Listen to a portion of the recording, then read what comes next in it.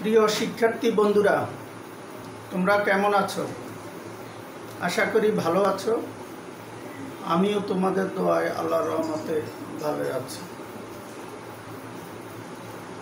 বিশ্বব্যাপী মহামারী করোনার কারণে লেখাপড়ায় তোমাদের অপূরণীয় ক্ষতি হচ্ছে।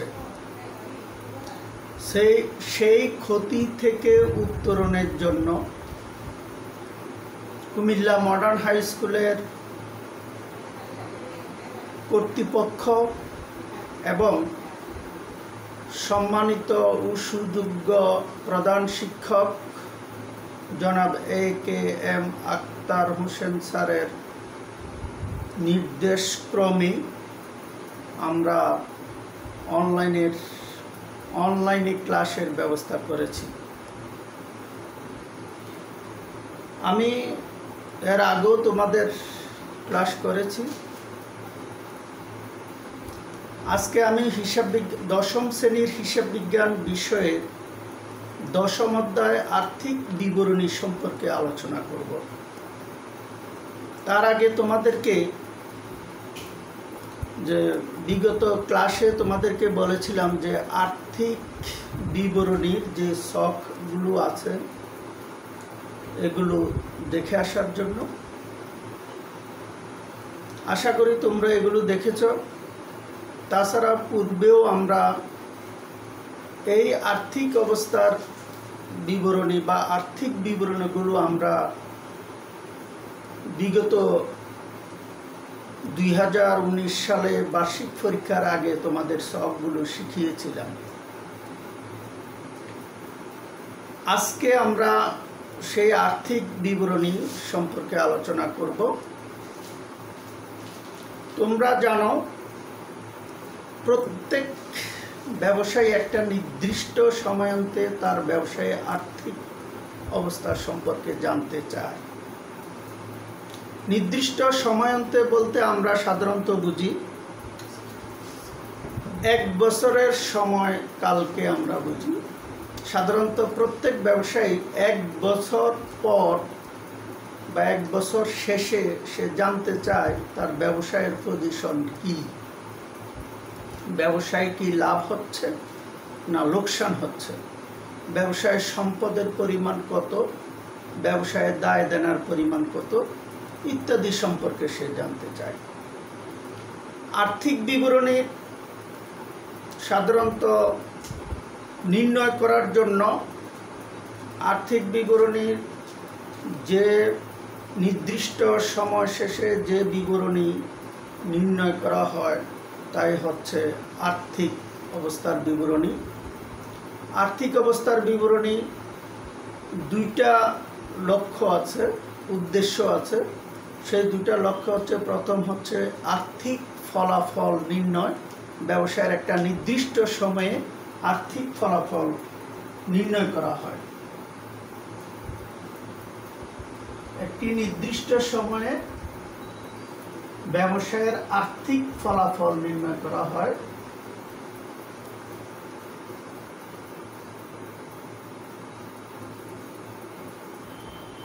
আরেকটি উদ্দেশ্য হচ্ছে ব্যবসায়ের নির্দিষ্ট সময়ে বা হিসাবকাল শেষে ব্যবসায়ের মোট সম্পদ, দায় এবং মালিকানা সত্ত্বের পরিমাণ নিরূপণ করা। তাহলে নির্দিষ্ট সময়ে সম্পদ, দায় ও মালিকানা সত্ত্বের পরিমাণ নিরূপণ করা।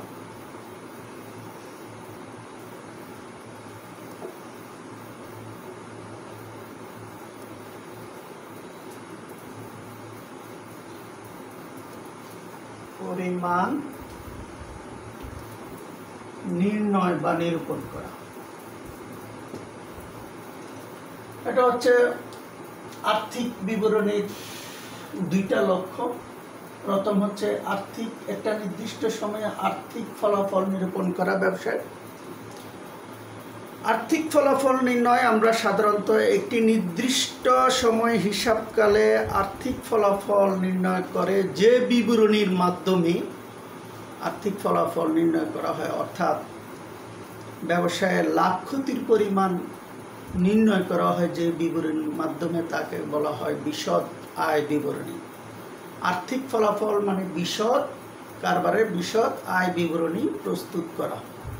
বিশদ আয় বিবরণীর 3টা ধাপ আছে। বিশদ আয় বিবরণী বা আর্থিক ফলাফলের 3টি ধাপ।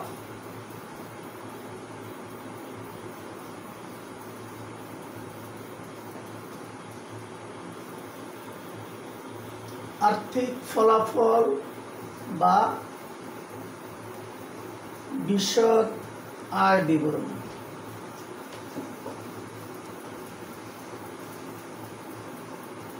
বিশদ আয় বিবরণীর 3টা ধাপ আছে। প্রথম ধাপ হচ্ছে মোট মুনাফা নিরূপণ করা।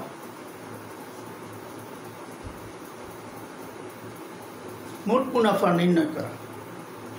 মোট মুনাফা সাধারণত ব্যবসায় প্রতিষ্ঠানের যে মূল আয়, যেটা হচ্ছে পরিচালন আয়, বিক্রয়, পণ্য বিক্রয় থেকে ব্যবসায়ের পরিচালন আয় হয়, অর্থাৎ মোট বা নিট বিক্রয় থেকে বিক্রিত পণ্যের ব্যয়সমূহ বাদ দিলে যা থাকে তাই হচ্ছে মোট মুনাফা। এখন বিক্রিত পণ্যের ব্যয়, বিক্রিত পণ্যের ব্যয় বলতে আমরা সাধারণত বুঝি নির্দিষ্ট সময়ে যে পণ্য বিক্রি হয়েছে সে পণ্যের ব্যয়িত খরচের সমষ্টি হচ্ছে বিক্রিত পণ্যের ব্যয়। অর্থাৎ মনে করো যে তুমি পণ্য বিক্রি করেছো, পণ্য বিক্রয়ের ফলে সাধারণত কারবারের আয় আমরা বুঝি মূল আয়। সে আয়টা থেকে আমরা বিক্রিত পণ্য ব্যয়ের খরচের সমষ্টি, বিক্রিত পণ্যের ব্যয়ের খরচ হচ্ছে যেমন পণ্য ক্রয় করছে। এখন পণ্য ক্রয়ের সাথে আরও আনুষঙ্গিক খরচ আছে, সেই খরচগুলোকে বলা হয় প্রত্যক্ষ খরচ। যেমন মাল কিনছি, মাল কেনার পর মালটা আনার জন্য আরও গাড়ি ভাড়া লাগবে, এটা হচ্ছে ক্রয় পরিবহন, এটা হচ্ছে প্রত্যক্ষ খরচ। এরপরে শ্রমিকের মজুরি লাগে, অর্থাৎ মালটা গাড়ি করে আনার সময়ে শ্রমিক যারা আছে তারা গাড়িতে মালগুলো ভর্তি করে, সেই মালগুলো আবার যখন নিয়ে আসে দোকানে বা কারবারে বা ব্যবসায়ে, তখন সেই পণ্যগুলো যখন আবার দোকানে নামানো হয় তখন তাদেরকে মজুরি দিতে হয়। সেই মজুরিটা হচ্ছে ব্যবসায়ের প্রত্যক্ষ খরচ বা ব্যয়। এরপরে আসো মালটা আনতে যে গাড়ি ভাড়া লাগে, এটা হচ্ছে ক্রয় পরিবহন, এটাও কারবারে প্রত্যক্ষ খরচ। এরপরে আছে অনেক সময় যদি আমরা বিদেশ থেকে পণ্য আমদানি করি বা বিদেশ থেকে মাল আনি, তাহলে আমরা জাহাজে করে আনতে পারি, তাহলে জাহাজে করে আনতে হলে তাহলে জাহাজ ভাড়া দিতে হবে, এটাও কারবারে প্রত্যক্ষ ব্যয়। আবার অনেক সময় জাহাজে করে আনতে হলে সরকারকে ট্যাক্স দিতে হয়, যেটাকে বলা হয় আমদানি শুল্ক, সেই আমদানি শুল্ক কারবারের প্রত্যক্ষ ব্যয়। এই প্রত্যক্ষ ব্যয়ের সমষ্টি। এরপরে যদি কোনো পণ্য অবিকৃত অবস্থায় থাকে, বছর শেষে সেই অবিকৃত পণ্যটা আমরা বিয়োগ করে যেই খরচটা আমরা পাবো, সেই নিট বিক্রয় থেকে আমরা ওই বিকৃত পণ্যের ব্যয়ের সমষ্টি বিয়োগ করলে যেটা পাবো, এটা হচ্ছে কারবারের মোট মুনাফা। এরপরে ব্যবসায়ের আর্থিক বিবরণীর দ্বিতীয় ধাপ হচ্ছে পরিচালন মুনাফা নির্ণয়। পরিচালন মুনাফা। আর্থিক ফলাফল বা বিশদ আয় বিবরণীর দ্বিতীয় ধাপ হচ্ছে পরিচালন মুনাফা। পরিচালন মুনাফা আমরা নির্ণয় করব মোট মুনাফা থেকে ব্যবসায় পরিচালনার জন্য যে ব্যয় হয় সেই ব্যয়গুলো আমরা বিয়োগ করব, বিয়োগ করে যে রেজাল্টটা পাবো এটা হচ্ছে পরিচালন মুনাফা, যেটাকে বলা হয় তোমার পরোক্ষ ব্যয়। পরোক্ষ ব্যয়গুলো আমরা বিয়োগ করব কোথায় থেকে? মোট মুনাফা থেকে। মোট মুনাফা থেকে আমরা ব্যবসায় দৈনন্দিন পরিচালনার জন্য যে ব্যয় হয় বা পরোক্ষ ব্যয় হয়, পরোক্ষ ব্যয়গুলো আমরা মোট মুনাফা থেকে বিয়োগ করব। এখন পরিচালন ব্যয়, ব্যবসা কার্য পরিচালনার জন্য সাধারণত কর্মচারী নিয়োগ করতে হয়। এখন কর্মচারীদেরকে মাস শেষে বেতন দিতে হয়, এই বেতনটা হচ্ছে ব্যবসায়ের পরিচালন ব্যয়। আবার অনেক সময় বিক্রয় পরিবহন, বিক্রয় কার্যে পণ্য বিক্রি করেছি আমরা, দেখা গেছে ব্যবসায় পণ্য বিক্রি করছে, বিক্রয় বাবদ যে পণ্যটা ভোক্তাদের বা অন্য কোনো কাস্টমারের দোকানে পৌঁছে দেওয়া পর্যন্ত অনেক সময় কারবার এটা বহন করে নিজস্ব পরিবহনে বা ভাড়া করা পরিবহনে, তখন এটা হচ্ছে বিক্রয় পরিবহন, এটা কারবারের পরোক্ষ ব্যয়। আবার অনেক সময় যে কারবার প্রতিষ্ঠানের দোকান ভাড়া দিতে হয়, মাস শেষে বিদ্যুৎ বিল দিতে হয়, এরপরে দোকানের জন্য খাতা কলম কালি পেন্সিল সুই সুতা এগুলাকে একসাথে বলা হয় মণিহারি। এই মণিহারি দ্রব্য কারবারের পরোক্ষ ব্যয়। এই পরোক্ষ ব্যয়গুলো আমরা সবগুলো ব্যয়গুলো আমরা বিয়োগ করে আমরা পরিচালন মুনাফা আমরা নির্ণয় করতে পারি। এরপরে আর্থিক ফলাফল বা বিশদ আয় বিবরণীর সর্বশেষ ধাপ হচ্ছে নিট মুনাফা নির্ণয় করা। নিট মুনাফা নির্ণয় করা। আমরা পরিচালন মুনাফা বের করার পর ব্যবসায়ের আরও কিছু আয় হয়, যেটা ব্যবসায়ের পরিচালনার কাজে আয় হয় না, বাহিরে। যেমন মনে করো ব্যবসায়ের কারবার প্রতিষ্ঠান অধিক মুনাফার আশায় অন্য কোনো কোথাও টাকা ইনভেস্ট করেছে, বিনিয়োগ করেছে, ওই বিনিয়োগের একটা নির্দিষ্ট সময়ে যখন সুদ পায়, ইন্টারেস্ট পায়, এটা হচ্ছে ব্যবসায়ের অন্যান্য আয়। অনেক সময় দেখা গেছে কারবার বা প্রতিষ্ঠানের আলাদা ঘর আছে, আলাদা জায়গা আছে, অথবা আলাদা দোকান আছে, তখন দেখা গেছে দোকান ভাড়া সে দেয়, সেই দোকান ভাড়া বাবদ যে টাকাটা পায় কারবার প্রতিষ্ঠান, এটা হচ্ছে প্রাপ্ত ভাড়া। এই প্রাপ্ত ভাড়াটা হচ্ছে কারবারের আয়, অন্যান্য আয়। আবার দেখা গেছে কারবারের কিছু টাকা ব্যাংকে জমা আছে, ব্যাংকে জমা থেকে ইন্টারেস্ট পায়, সুদ পায়, ওই সুদটা হচ্ছে কারবারের অন্যান্য আয়। এখন এই পরিচালন মুনাফার সাথে অন্যান্য আয় যোগ করে আমরা নেট মুনাফা নির্ণয় করব, অন্যান্য আয় যোগ করব। এরপরে ওইখান থেকে আমরা কারবারে আরও কিছু ব্যয় আছে যেগুলো অন্যান্য ব্যয়। অনেক সময় দেখা গেছে কারবার প্রতিষ্ঠান ব্যাংকের থেকে লোন নিল, ঋণ নিল, এখন নির্দিষ্ট সময়ে বা একটা সময়ের মধ্যে তাকে ঋণের সুদ পরিশোধ করতে হবে, তখন ওই ঋণের সুদ হচ্ছে কারবারে অন্যান্য ব্যয়। আবার অন্যান্য ব্যয় হচ্ছে দেখা গেছে কারবার পরিচালনার সময় কিছু পণ্য নষ্ট হয়ে গেল, অথবা কোনো পণ্য চুরি হয়ে গেল, অথবা টাকা চুরি হয়ে গেল, এগুলো সাধারণত ক্ষতি। ওই ক্ষতিগুলো কারবারে অন্যান্য ব্যয়ের মধ্যে পড়ে। তাহলে নেট মুনাফা বের করতে হলে আমরা পরিচালন মুনাফার সাথে কারবারে অন্যান্য আয়গুলো যোগ করব এবং তার থেকে আবার অন্যান্য ব্যয়গুলো বিয়োগ করার পর যে রেজাল্ট হয় এটা হচ্ছে নিট মুনাফা। এখন এই নিট মুনাফা মালিক দাবি করতে পারবে, অর্থাৎ মালিক ইচ্ছা করলে এই নিট মুনাফা সম্পূর্ণটা নিয়ে যেতে পারবে। আর যদি মালিক ইচ্ছা করলে আবার পুরো টাকা নাও নিতে পারে, অথবা কিছু অংশ নিতে পারে, অথবা কারবারের সম্প্রসারণের জন্য কিছু অংশ কারবারে রেখে দিতে পারে। কারবারে যে খালি মুনাফা হবে তা না, ক্ষতিও হতে পারে।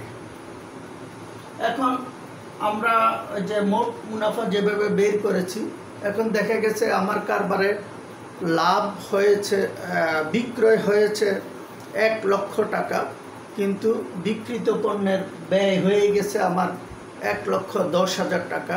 তাহলে এখানে আমার 10,000 টাকা লস। তাহলে এটা আমাকে লিখতে হবে মোট ক্ষতি। এইভাবে কারবারের নিট ক্ষতিও হতে পারে। এখন মোট নিট লাভ হলে মালিক নিট লাভ দাবি করতে পারবে, কিন্তু ক্ষতি হলে মালিককেই বহন করতে হবে। নিট লাভের অতিরিক্ত টাকা মালিক দাবি করতে পারবে না। আর যদি মালিক অতিরিক্ত টাকা দাবি করে, তাহলে এটা মূলধন ভেঙে ফেলার শামিল হবে, অর্থাৎ ব্যবসায়ের ভবিষ্যৎ কার্যক্রম ব্যাঘাত ঘটবে। এখন সেজন্য একজন ব্যবসায়ী জানতে চায় একটা নির্দিষ্ট সময়ে কারবারের ফলাফল, কারবারের পজিশন কি। এখন যদি কারবারের লাভ হয়ে থাকে, তাহলে সে আরও চিন্তা করবে যে ব্যবসায়টা কিভাবে উত্তরোত্তর আরও বৃদ্ধি করা যায়, সম্প্রসারণ করা যায়। তাহলে তাকে কি করতে হবে? ক্রয় দক্ষতার উপরে তাকে নজর দিতে হবে।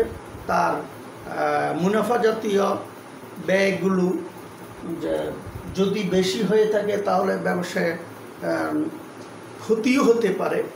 সেজন্য তাকে ক্রয় দক্ষতার পরিচয় দিতে হবে, কারণ ক্রয় দক্ষতা ব্যবসায়ের সাফল্য অনেকাংশে নির্ভর করে। কারণ আমরা জানি এই বর্তমান বাজার হচ্ছে কম্পিটিটিভ মার্কেট। এই কম্পিটিটিভ বা প্রতিযোগিতামূলক বাজারে টিকে থাকতে হলে একজন ব্যবসায়ীকে তাকে সর্বনিম্ন ক্রয়ে মানসম্মত পণ্য তাকে ক্রয় করতে হবে, এবং মুনাফার পরিমাণ তাকে মুনাফা কম করে মানসম্মত পণ্য তাকে বাজারে বিক্রি করতে হবে। কারণ ভোক্তাদের চাহিদার কথা চিন্তা করেই তাকে পণ্য সামগ্রী বিক্রি করতে হবে। কারণ এই প্রতিযোগিতামূলক বাজারে পাশাপাশি আরেকটা দোকানে সেম মানের পণ্য যদি তোমার থেকে বেশি বা তোমার থেকে কম মূল্যে যদি ভোক্তারা পায়, তাহলে তোমার পণ্যটা আর কেউ ক্রয় করবে না। সেজন্য একজন ব্যবসায়ীকে ব্যবসায় পণ্য ক্রয় করার সময় তাকে চিন্তা করতে হবে, কয়েক দোকান তাকে দরকার হলে কয়েক দোকান যাচাই বাছাই করেই তাকে পণ্যটা ক্রয় করতে হবে, আর না হয় ব্যবসায়ের সাফল্যের মুখ দেখবে না। তাহলে শিক্ষার্থী বন্ধুরা, আমরা আর্থিক ফলাফল সম্পর্কে বা বিশদ আয় বিবরণী সম্পর্কে আলোচনা করলাম। আর পরীক্ষার সময় অনেক সময় দেখা গেছে যে পরীক্ষায় আসতে পারে যে বিশদ আয় বিবরণী প্রস্তুত করো। তাহলে বিশদ আয় বিবরণী প্রস্তুত করতে বললে এখানে বলে নাই কোনটা প্রস্তুত করতে বলছে, কি মোট মুনাফা প্রস্তুত করবে, নাকি পরিচালন মুনাফা প্রস্তুত করবে, নাকি নিট মুনাফা প্রস্তুত করবে। তাহলে তোমাকে কি করতে হবে? তাহলে তোমাকে আগে প্রশ্নটা দেখতে হবে। প্রশ্নের মধ্যে যদি মোট মুনাফা দেওয়া থাকে, অনেক সময় যে প্রশ্নের উপরে দেওয়া থাকে অথবা নিচেও দেওয়া থাকে অথবা সমন্বয়ের মধ্যেও দেওয়া থাকে, যদি তোমাকে দেখতে হবে যে মোট মুনাফাটা দেওয়া আছে কি না। আর যদি মোট মুনাফা দেওয়া থাকে, তাহলে তোমাকে প্রথম পরিচালন মুনাফা বের করতে হবে, এরপরে তোমাকে নিট মুনাফা বের করতে হবে। অর্থাৎ বিশদ আয় বিবরণী বললে তোমাকে সর্বশেষ নিট মুনাফা পর্যন্ত যেতে হবে, তোমাকে নিট মুনাফা পর্যন্ত বের করতে হবে, আর না হয় তোমার অঙ্কটা অসম্পূর্ণ থেকে যাবে। সেই জন্য তুমি চিন্তা করবা, দেখবা তুমি প্রশ্নটা পাওয়ার পর তোমার প্রশ্নে কি চাওয়া হয়েছে। প্রশ্ন মোট মুনাফা দেওয়া থাকলে হয়তো বলা থাকবে যে নেট মুনাফা প্রস্তুত করো, তাহলে তুমি নেট মুনাফা প্রস্তুত করবা। তাহলে হেডলাইনটা কি লিখবা? মোট মুনাফা বের করতে হলেও তোমাকে হেডলাইন লিখতে হবে বিশদ আয় বিবরণী। যদি পরিচালন মুনাফা বের করতে হয় তবুও তোমাকে হেডলাইন লিখতে হবে বিশদ আয় বিবরণী। যদি তুমি নেট মুনাফা বের করতে হয় তাহলে শিরোনামের মধ্যে লিখতে হবে বিশদ আয় বিবরণী। অর্থাৎ যেটাই বলে তোমাকে শিরোনামটা লিখতে হবে যে অমুক কোম্পানির বিশদ আয় বিবরণী, এই কথাটা তোমাকে লিখতে হবে। তাহলে শিক্ষার্থী বন্ধুরা, এবার আমরা আসি আর্থিক বিবরণীর দ্বিতীয় ধাপটা, দ্বিতীয় লক্ষ্যটা, সম্পদ, দায় ও মালিকানা সত্ত্বের পরিমাণ নির্ণয় করা। সম্পদ, দায় ও মালিকানা সত্ত্বের পরিমাণ নির্ণয় বা মালিকানা সত্ত্বের পরিমাণ জানা, এটা নির্ণয় করতে হয় আর্থিক অবস্থার বিবরণী। আর্থিক অবস্থার বিবরণীর মাধ্যমেই আমরা ব্যবসায়ের সম্পদ, দায় ও মালিকানা সত্ত্বের পরিমাণ নির্ণয় করতে পারি।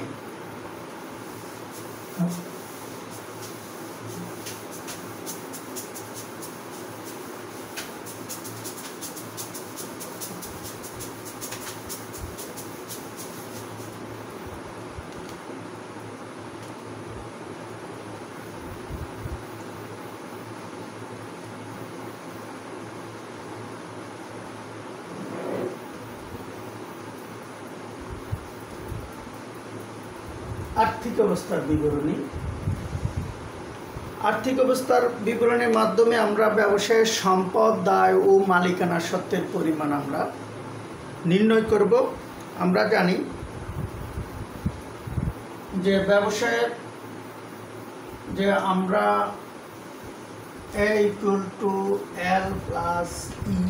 এই সূত্রটা আমরা দ্বিতীয় অধ্যায়ে আমরা পড়েছি। দ্বিতীয় অধ্যায়ে আমরা পড়েছি A=L+E। এটা হচ্ছে ব্যবসায়ের, এ হচ্ছে অ্যাসেট মানে মোট সম্পদ,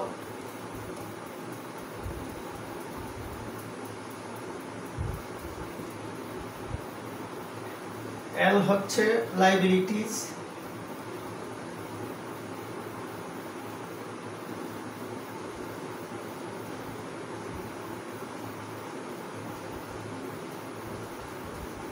দায়, আর ই হচ্ছে ওনার্স ইকুইটি, যেটাকে বলা হয় মালিকানা সত্ত্ব।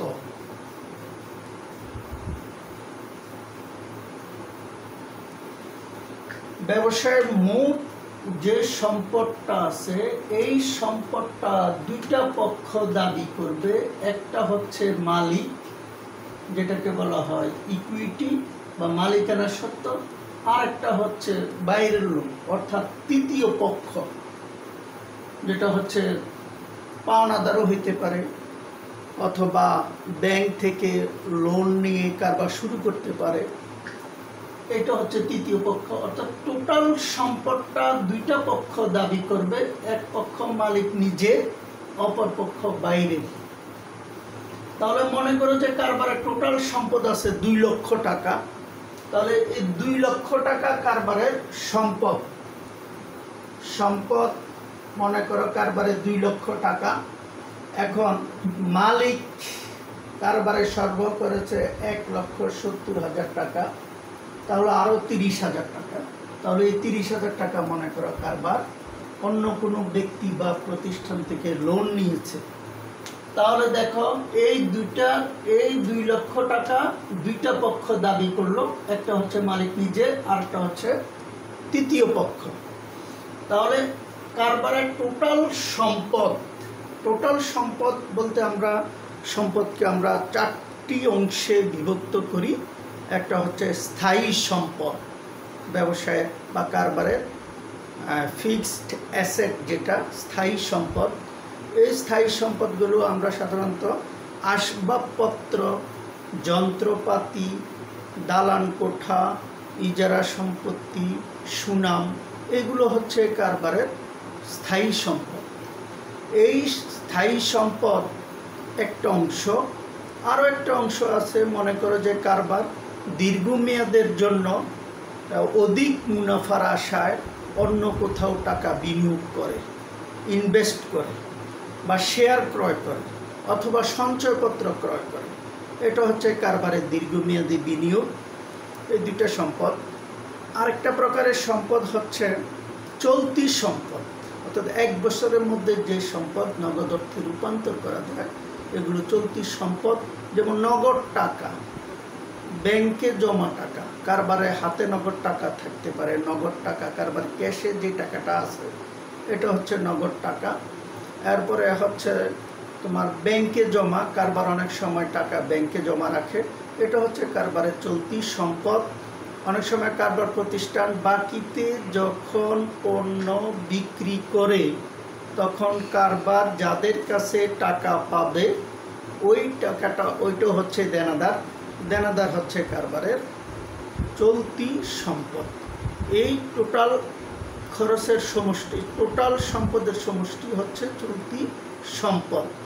এরপরে আরও কিছু সম্পদ আছে, যেমন অলিক সম্পদ, যেমন বিলম্বিত বিজ্ঞাপন আমরা ধরি, এটা ভুয়া সম্পদ, যেটা তোমার বাস্তবতার সাথে কোনো মিল নাই, যে পরবর্তীতে এটা হইতেও পারে, নাও হইতে পারে, বা এটার দ্বারা কারবার প্রতিষ্ঠান সুবিধা ভোগ করতেও পারে, নাও করতে পারে।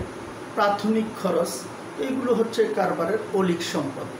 এই চার প্রকারের 4টা অংশ সম্পদ আমরা যোগ করে এই 4 প্রকারের সম্পদের একটা পরিমাণ আমরা নির্ণয় করি। এই 4 প্রকারের সম্পদটাই হচ্ছে টোটাল অ্যাসেট, যেটা হচ্ছে মোট সম্পদ।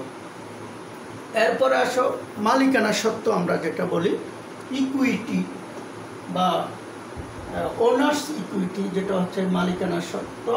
এই মালিকানা সত্ত্ব আমরা জানি কারবারে মালিক কারবারে কি দেয়? মালিক কারবারে পুঁজি দেয়, মূলধন দেয়, ক্যাপিটাল দেয়। এইটা দিয়ে কারবার প্রতিষ্ঠান সচল হয়। এখন লাভ, ওই কারবারে লাভ হলে কে পাবে? মালিক পাবে। তাহলে মালিক কারবারে যা দেয় তাই হচ্ছে মূলধন, আর কারবারে লাভ হলে মালিক পাবে। আর কারবারে যদি লোকসান হয় তাহলে মালিককেই বহন করতে হবে। আর কারবার অনেক সময় মালিক কারবার থেকে কিছু টাকা নিজের জন্য বা বাসার জন্য সে উত্তোলন করতে পারে, তাহলে এখান থেকে মালিকের পাওনাটা কমে যাবে। অর্থাৎ মালিকানার সত্ত্ব আমরা দ্বিতীয় অধ্যায়ে পড়েছিলাম E = C + R - EX - D। এটা হচ্ছে মালিকানার সত্ত্ব, যে মালিক কারবারে মূলধন দেয়, ক্যাপিটাল, মূলধন হচ্ছে ক্যাপিটাল, আর হচ্ছে রেভিনিউ, যেটা ইনকাম। তাহলে মালিকের পাওনা বাড়বে ইনকাম হইলে, কারবারে ইনকাম হলে মালিকের পাওনা বাড়বে। আর যদি কারবারে কোনো খরচ হয় তাহলে মালিকের পাওনাটা কমবে, এক্সপেন্স যেটা। আর এটা হচ্ছে ড্রয়িংস, এটা হচ্ছে উত্তোলন। মালিক যদি নিজের জন্য টাকা উত্তোলন করে তাহলে মালিকের পাওনাটা কারবারে কমে যাবে। এগুলো হচ্ছে মালিকানার সত্ত্ব। এরপরে আসো যে লাইবিলিটিস, যেটা হচ্ছে দায়। এই দায়টা আবার 2টা অংশে বিভক্ত, একটা হচ্ছে দীর্ঘমেয়াদী দায়, আর একটা হচ্ছে চলতি দায় বা স্বল্পমেয়াদী দায়। দীর্ঘমেয়াদী দায় হচ্ছে অনেক সময় কারবার প্রতিষ্ঠান অধিক টাকার প্রয়োজন হলে, মালিকের মূলধনের সংকলন না হলে, তখন কারবার প্রতিষ্ঠান কোনো ব্যক্তি বা প্রতিষ্ঠান থেকে 5 বছরের জন্য, 10 বছরের জন্য, 20 বছরের জন্য লোন নেয় বা ঋণ নেয়। এই ঋণটা হচ্ছে কারবারের দীর্ঘমেয়াদী দায়। এরপরে আসো দায় 2 প্রকারে বলছিলাম, একটা হচ্ছে দীর্ঘমেয়াদী দায়, আর একটা হচ্ছে চলতি দায়। এখন চলতি দায় কারবারে প্রতিষ্ঠান সাধারণত 1 বছরের মধ্যে অবশ্যই তাকে পরিশোধ করতে হবে। এটা হচ্ছে চলতি দায়। এ ধরনের দায়, মনে করো যে কারবার প্রতিষ্ঠান অনেক সময় বাকিতে পণ্য ক্রয় করতে পারে। এখন বাকিতে পণ্য ক্রয় করলে তাহলে পাওনাদারের সৃষ্টি হবে, অর্থাৎ পাওনাদাররা কারবারের কাছে টাকা পাবে, এটা হচ্ছে চলতি দায়। অনেক সময় কারবার প্রতিষ্ঠান হঠাৎ টাকার প্রয়োজন, তখন ব্যাংক থেকে ব্যাংক উডি নেয়, অর্থাৎ ব্যাংক জমা যা আছে তার চেয়ে উত্তোলন বেশি করে কারবার প্রতিষ্ঠান। এটা হচ্ছে ব্যাংক উডি বা ব্যাংক জমাতিরিক্ত। এগুলো হচ্ছে কারবারের চলতি দায়। ওই চলতি দায় আর দীর্ঘমেয়াদী দায় যোগ করলে যেটা হয়, এটা হবে মোট দায় বা লাইবিলিটি। এই লাইবিলিটিস মালিকানা সত্ত্ব এবং এই লাইবিলিটিস, এই দুইটার সমষ্টি হচ্ছে টোটাল অ্যাসেট। তাহলে শিক্ষার্থী বন্ধুরা, তোমরা আজকে আশা করি তোমরা আর্থিক অবস্থার বিবরণী, আর্থিক ফলাফল সম্পর্কে তোমরা জানলা। আমি সামনের ক্লাসে তোমাদেরকে প্রায়োগিক অঙ্ক করাবো। যে তার আগে বলি যে তোমরা আর্থিক অবস্থার বিবরণী বা আর্থিক ফলাফল আমরা যেটাই নির্ণয় করি, এটার মূল উপাদান কিন্তু রেওয়া মিল থেকে। আমরা পূর্বের ক্লাসে রেওয়া মিল সম্পর্কে আলোচনা করেছি। রেওয়া মিল থেকেই কিন্তু আমরা আর্থিক অবস্থার বিবরণী বা আর্থিক ফলাফল আমরা নির্ণয় করব। তাহলে তোমরা আগামী ক্লাসে আমি অঙ্ক নিয়ে আসব। আর তোমাদেরকে বলি যে তোমরা শুধু বাসায় বসে অঙ্ক করলেই হবে না, অবজেক্টিভের উপরে তোমাদেরকে জোর দিতে হবে। কারণ অবজেক্টিভ 30 নম্বরের, এখন 30 নম্বর তোমার A+ ছুটে যায় অবজেক্টিভের কারণে। দেখা গেছে তুমি হিসাব বিজ্ঞানে 70-এর মধ্যে তুমি 60 নাম্বার 65 নাম্বার পেয়ে গেছো, কিন্তু দেখা গেছে অবজেক্টিভে তুমি পাইছো 15, 10। তো 10 পাইলে তুমি তোমার অবজেক্টিভে তুমি A+ তোমার আর আসে না। সেই জন্য অবজেক্টিভগুলো তোমাকে গুরুত্ব দিতে হবে। মেইন বই তোমাকে অবশ্যই, মেইন বই আনাচে কোনাচে যা আছে সবগুলোই তোমাকে নিজে বুঝে শুনে পড়তে হবে।